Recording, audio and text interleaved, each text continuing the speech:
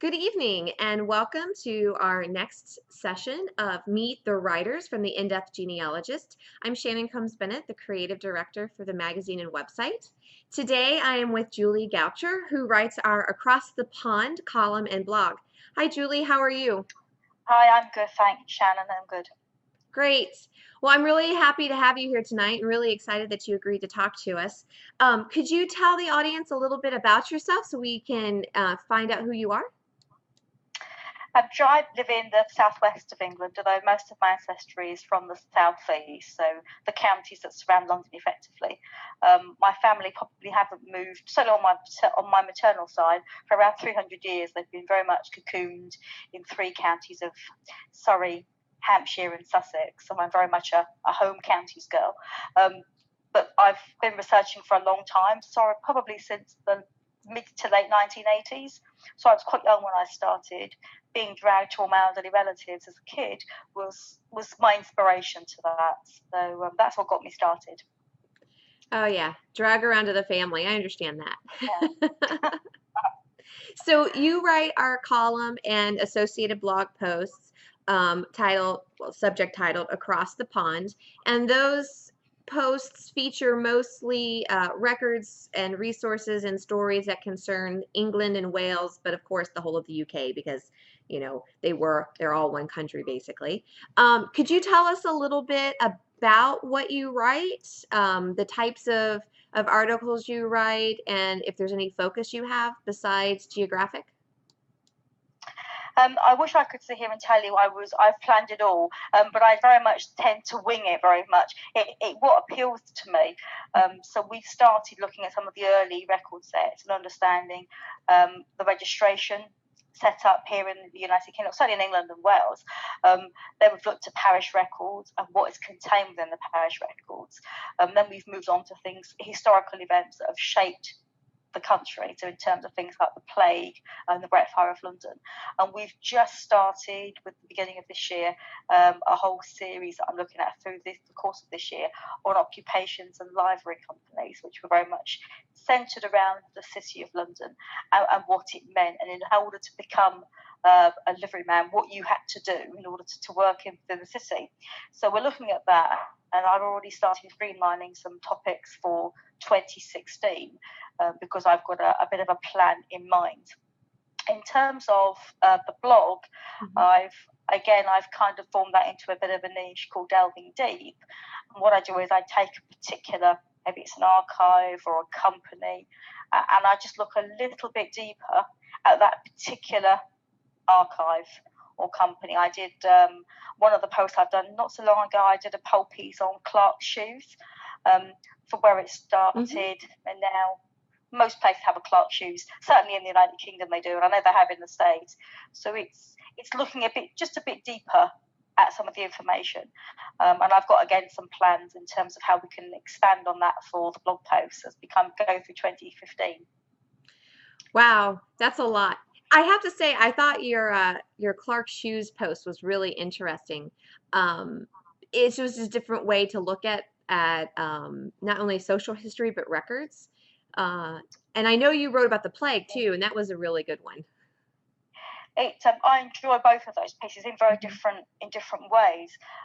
Certainly, growing up in England, you learn about the plague in school. It's one of the things that you do probably when you're, I don't know, 8, 9, 10, that kind of age group.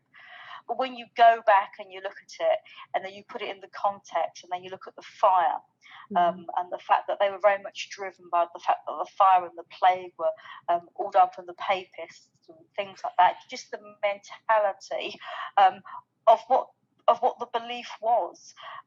So I enjoyed doing that. And then, of course, if you read that magazine article that I wrote, I can't recall what month it was in, where I talked about after the fire how the buildings took their shape and what happened to the various building designs. So we've done bits and pieces of that. In terms of the Clark's shoes article, that was driven because my mum used to work for a company that were part of the Clark's group, and I wanted to find out if any of her employment records survived. Some did, and the archivist was lovely. She explained to me what they had, what they didn't have, and with a lot of these companies, through mergers and acquisitions. What records survive will vary. Where they will be located will vary. And in some cases, a lot of them are just dumped, and it just seems tragic from an historian point of view. Right. Yeah. It's just knowing where to look. So I'm looking to expand on a few other companies through the course of this year. And I was also really happy that you covered registries, birth, marriage, death, those types of records, because the UK records are very different than the ones we have here in the States. They're completely different. The way they're recorded is different. Some of the information is the same, but sometimes when an American looks at a British record, it's like, wow, that's really different. I am not sure what I do with this. So those types of articles have been very beneficial, I know, for our readers. Yeah, and I've enjoyed writing them. Of course, because I'm used to that research, it's like anything, you take it for granted. That's what I'm forever saying to people. Anyone who's had me on a hangout within the last 2 or 3 years, I'm forever saying, go back and revisit, because you will miss stuff. I do it. I've had documents here.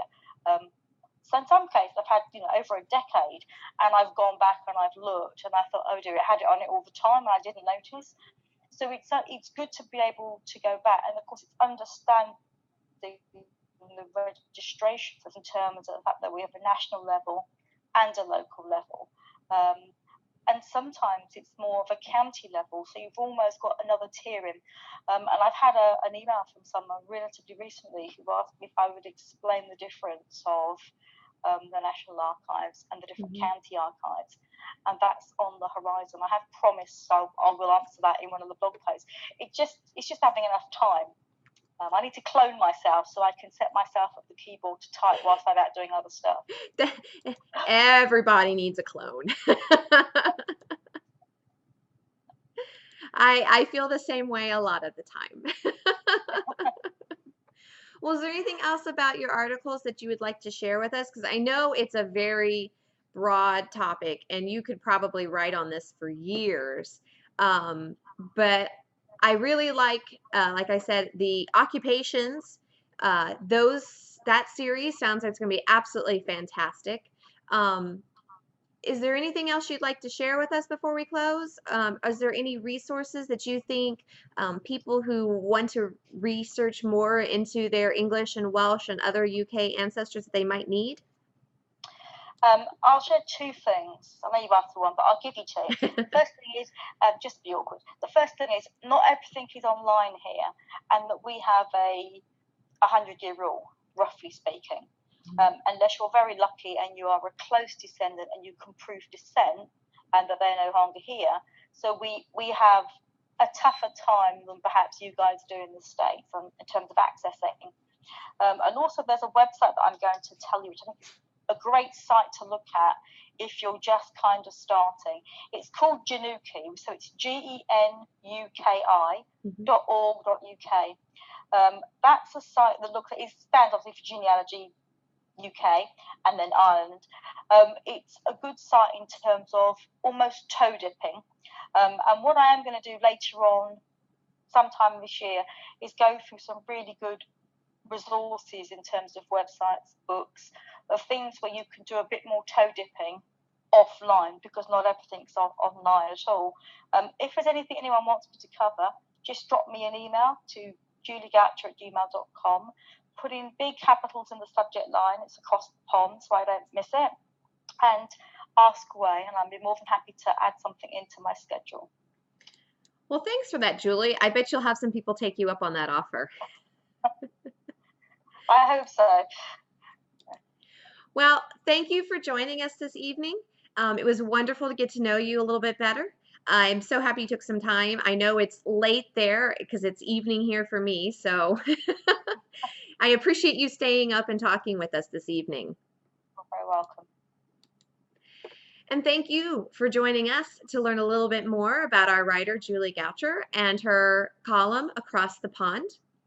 If you are interested in learning more about the In-Depth Genealogist, please make sure to check out our website at theinDepthGenealogist.com. And until next time, have a good night.